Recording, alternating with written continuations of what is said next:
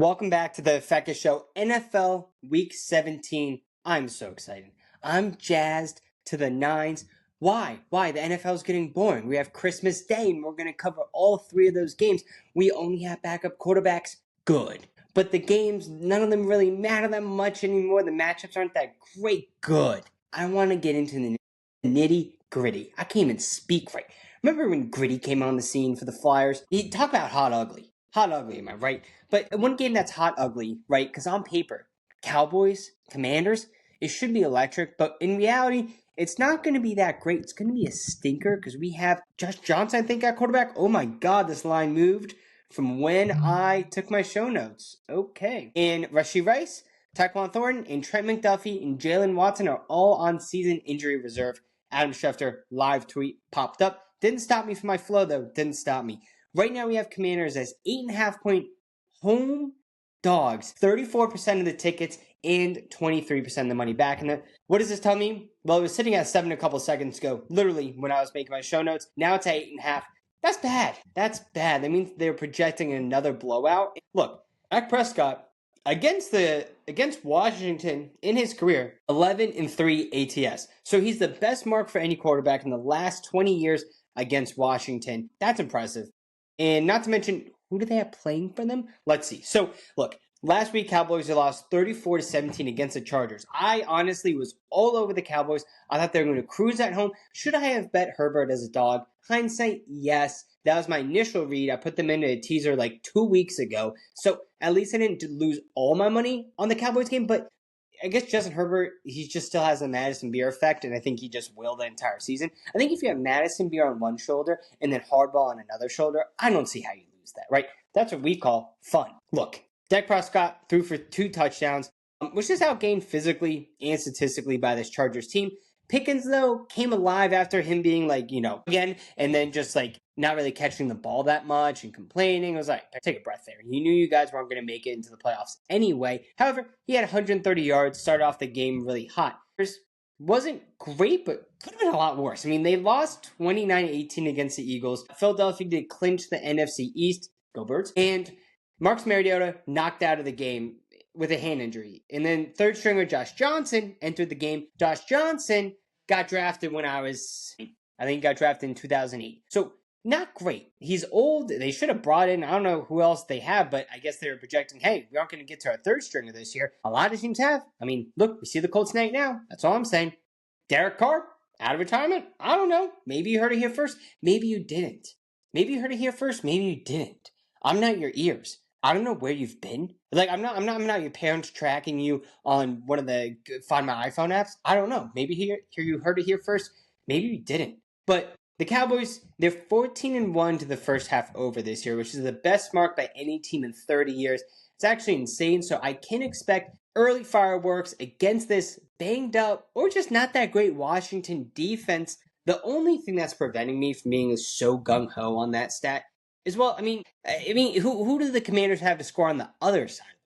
That's my question. Right now, we can have it at the Dallas's team total over. Right now, Dallas's team total for the first half is 14.5 points. For the entire game, it's 30.5 points. My strategy here is I'm going to hit the over in the first half for a half unit, and I'm going to hit the over in Dallas's team total over 30.5 points for the other half of the unit, people. So we're going to play a little bit of the first half, and we're going to hope that translates into the second half. Look, why not stop this trend? I don't understand why it wouldn't stop here. I mean, if we're looking at it, it's 14.5 points. It's 2 touchdowns and a field goal. I believe Dallas could be able to get that in the first half.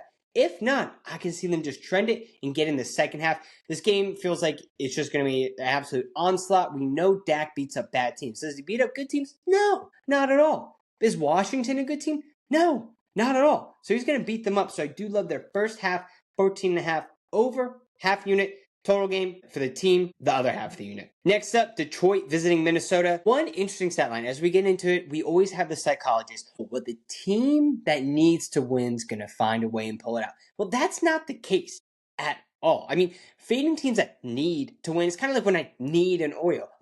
Sure, I can get the Oreo, but I don't need it. And I probably shouldn't be eating it. And these teams, they probably, just because they need to win, like they need to eat the radio, doesn't mean they should be winning anyway. So why in our psychology are we thinking like that? Teams that needed to win late is a proven strategy to go against them. Eliminating teams playing a must-win game opponents are 108, 69 dice, and 4 ATS since 1990, which is 61% ATS. Last week, the Lions, they lost a wild battle 29-24 against Steelers. Let's just be transparent what happened here. The Steelers absolutely routed them. It was not close. Sure, it was like close. No, then they're past the backwards and they're golf right now. No. They were 7.5-point favorites, and they got absolutely destroyed on the game. I mean, Kenneth Gainwell. I love Kenneth Gainwell. Again, go Birds. That's where he originated. But Kenneth Gainwell is a fantastic player. And Rodgers was literally like, Kenneth, go run a vert. Rodgers stepped back, threw it right to Kenneth. With the confidence of me as a child, getting there and looking at the milk station for you touch the milks first, and then you go order your food, and then you check out with the cafeteria lady, of just seeing all the different types of milks, and red being regular, and the brown being chocolate milk, and me just slamming the chocolate milk every single time. That type of confidence is what Kenneth Gainwell, he caught it. All Thor had to go do was just run over, tap him, but guess what? He didn't. Ran in for a touchdown. So they got outworked. The ground game wasn't there. Gibbs, non-existent as well.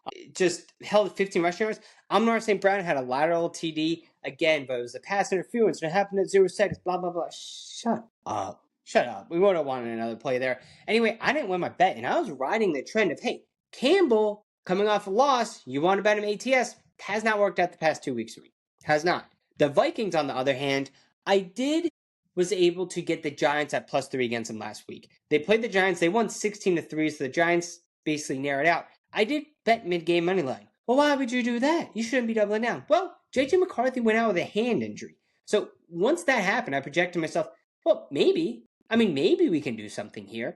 And guess what? This Giants team did not. But again, this Giants team, I think Jackson Dart threw for under 100 yards or something insane like that. Sure, it was windy. Let's think about that. But honestly, not a factor here. And Max Brosno actually looked like a viable quarterback. So that was shocking to me. Kind of like, whenever I hear spaghetti tacos get thrown around from Mike Harley, now it's just like, wait, what? Who brought that up? And then no one's there because there's just voices around. But look, Max Brosnan took the team to a game-winning field goal. This game does fit the fade the need here. I want to watch and see what happens a little bit more. If we see this line move from 7.5 all the way back down to 6.5 again, that's going to cause a lot of concern. I don't know if I said this at the beginning, but the Vikings are 7.5-point dogs, 27% of the tickets and 24% of the money backing them. If we see this line move to 6.5, I am backing the Vikings. There's some weird voodoo going on with this Lions team. Something might not work out. But on the other hand, if we don't see that, I imagine the public's going to be pouring on the Lions. They're a public darling. I'm going to back, again, Dan Campbell. I want to back Dan Campbell in this spot. Just, look, we're going to go Goff. We're going to go ATS. Just going to back that trend rather than the fit the need trend. Next up, Broncos taking on the Chiefs. Again, the NFL is just pissed off about how this came, and the NBA might have themselves day with people paying attention. Right now, the Chiefs are 13.5-point dogs, 27% of the tickets and 24% of the money backing them. This is the largest point spread of Chiefs home history, and then also Andy Reid's career. So Chiefs, they lost 26-9 against the Titans. That's bad. This team has been bad vibes since the first week. Now, did that stop me from betting them like pretty much every single week? No. Did I lose almost all my money this year on the Chiefs? Yes. Did I lose also almost all my money on the Bills? Yes. I cannot time them right. But look, they're currently on a 7-game against the spread losing streak. 7-game ATS losing streak, which is the worst mark in the league. And they became the first team in the Super Bowl era with 7-game ATS losing streaks in back-to-back seasons. But what happened this season before? They were winning games. What was happening this season? They were not winning games. And there were times where you were not getting the Chiefs. You were getting the Chiefs under 3, which is what you want from Patty Mahomes, and it wasn't working out. And I remember back, if we can go in a time machine, to that Jaguars game. Oh, that Jaguars game. They proved themselves to be something there. That's when we should have knew the Jaguars were coming. And honestly, why are we not taking them seriously? You ever speak and then realize that you start listening to something like, what am I saying? That's how I'm feeling right now. But we got to start taking the Jags more seriously. Let's get back to this, though. Yeah, the Chiefs suck. I also started the show with listing all the injuries. They have so many injuries. It's just bad. the Broncos, sure, they lost 34-20 to the Jags at Mile High Club. They just kept talking about the Jaguars. I didn't realize they were indexed in my notes.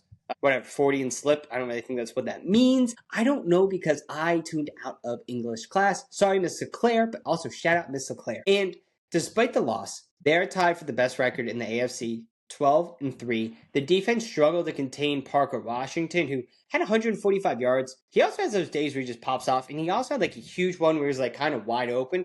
Would have put him well above the 150 mark. It was just scary. The key aspect of this game, though, is that Denver, teams coming off a road game, in Denver, 0-7 ATS this season. That puts the Broncos at a tough spot despite the massive spread. Teams coming off a road game in Denver are 0-7 ATS this season. Let's put the Broncos in a tough spot. Truthfully, the Chiefs has their backup quarterback coming in. And his mind is escaping me, and I'm pretty sure his name is something that I cannot pronounce. But when I was watching him play, he wasn't that bad. Like, I don't know. He wasn't that bad. So it's Ola Dukina.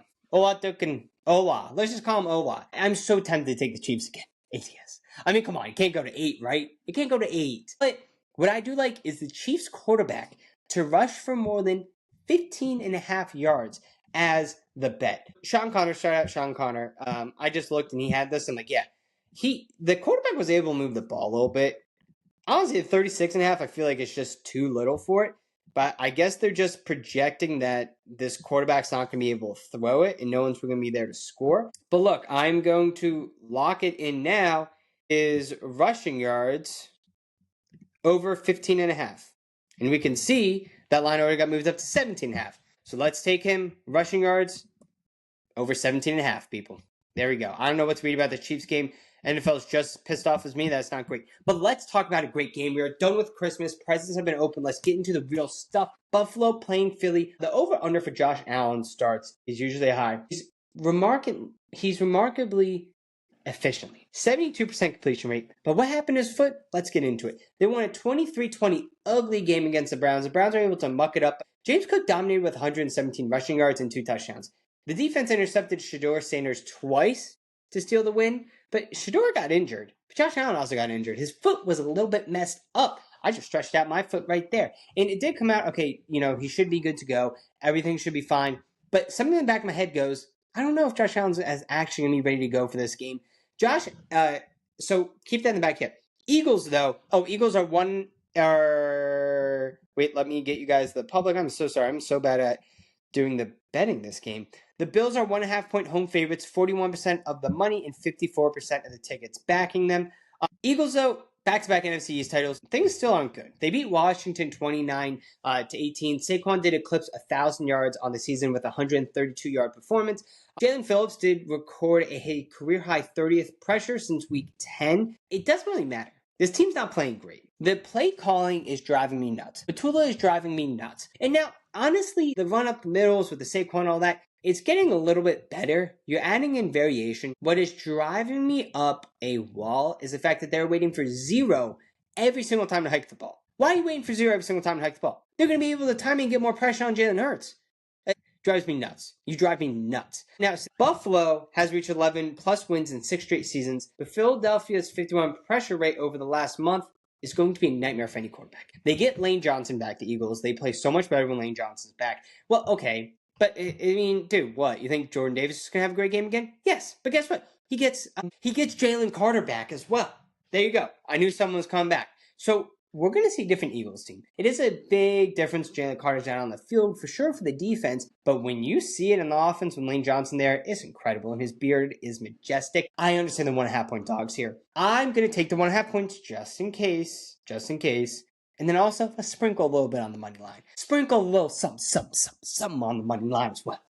San Francisco taking on Chicago. So, the Bears, they did clinch a playoff berth. Congrats. Caleb Williams, facing the ultimate test, dropped back, tossed a perfect dime. I also did biceps yesterday. I don't know if anyone else is noticing, but dropped a perfect dime to DJ Moore to win that game. It was honestly incredible. Honestly, I don't like the Packers that much. I kind of like the Bears, so there you go. The Bears 22-16 win against the Packers. Caleb Williams survived 14 pressures for the late comeback, and that was 14 pressures without Micah Parsons. And now, Colston Loveland continued to break out with 382 yards over the last 8 games. It felt like ever since he caught that one and just waited in for a touchdown for no reason, if he went down, they probably would have won the game. They've been rolling. And I love what Ben Johnson is doing with his team, encouraging touchdowns, encouraging points, fun. And now, last week against the Colts, the Chargers defense, it was bad. They exploded for 48 points on offense, which was great. Christian McCaffrey, look, he's been doing the Christian McCaffrey things. I told everyone, hey, draft him in fantasy. No one listened to me. I said, fade Justin Jefferson. No one listened to me. I said, draft Jonathan Taylor. No one listened to me. I did say draft a lot of Jonathan Taylor over Chase Brown. Chase Brown just happened to have a really good game. But, look, if you had Chase Brown, you probably won in the fantasy championships anyway. Now, here's the thing. Brock Purdy used 6 different receivers for 20-plus yards as well. He's throwing the ball. He's doing great. San Francisco scored on 7 of their first 8 possessions last week. The Bears defense will have to play a perfect game to keep this one close. This Niners offense is steamrolling. I don't know if the Colts defense was so bad, but I know the Bears defense, they live and die with takeaways. Right now, though, the 49ers are 3-point favorites. For me, that's a little bit too much. But we're seeing some movement even to 3.5. Right now, the Niners do have 39% of the bets and 41% of the tickets backing them. What I personally want to see is the over. Now, I'm stuck in a conundrum. I love betting primetime unders. Right now, the total's at 52.5. I really want to take the over here so bad. But is that what they want us to take? Do they want us to take? Oh, they kind of might want us to take the over. Oh, God. I do say take every single primetime under, but people, I want to take the over. Oh, God. I know there's so many predictions. And people, I did not write down my final predictions before I came on here because I want to just get it out so I can spend time with the family. But they're going to have to wait because we have to dive deeper into this game. Let's see. 8 days or more on short prep. The team that has more prep is an underdog. Not great. Let's see. Bears eliminated. A lot of stigmas for their franchise season with him. Doesn't matter. Guys, give me Ben Johnson now 9-5-1 ATS for the Packers. Let's see. Chicago 6-1 ATS off a win this year. Impressive. Bears have been turnover friendly there. Plus 21. 6 turnovers. Turnover differential. Caleb Williams holds the record for the fewest interceptions at 1,000 pass attempts. This is just all reasons why you need to bet Chicago is what I'm reading off this stat sheet here. Brock Purdy's 5-0 ATS. Guys, I think everything is screaming for both teams. Which means there's a lot of points. I was just so not impressed with how this game ended. Guys, I think we got to go with an over here for the teams. I mean, I want to bet the under so bad. It's the auto over 49.5. We always play the under, but I just cannot trust it for these teams. But Dallas truly is the only one that I actually don't trust it for. All right, people, give me the Niners at -3, which I don't love. I love the Bears. And then just give me the everything in me screaming and take the over. Everyone's going to be on the over. Everyone and their mother's going to be on the over. This is what goes through my mind when I'm sitting here before I'm typing the show notes. It's like, what do I do? There's no clear signs. I'm seeing movement towards the over. Stay tuned for the total. I'm not going to tell anyone the total because I don't know what I'm going to be taking yet. But we'll get to that bridge when we get there. But if you guys really want to bet, just give me the Niners -3 or better. Don't get them at 3.5. This game could come down to the field. I don't see the Niners absolutely rounding it. But Chicago's coming off an emotional win against the Packers. And the Niners, they do need this. But the Bears also need this. So yeah, Niners at -3 or better. People, that is the show today. What are the picks? Well, let me tell you real quick. We have Cowboys first half over in team total over. We have the Dan Campbell spread, which I absolutely hate. Chiefs at plus. The Chiefs quarterback to have over 17.5 rushing yards. Whatever his name is, I don't know how to pronounce it, and I have a speech impediment, so what do you want from me? Eagles plus 1/2 money line, and then also the Niners at -3, I guess. That's what we got.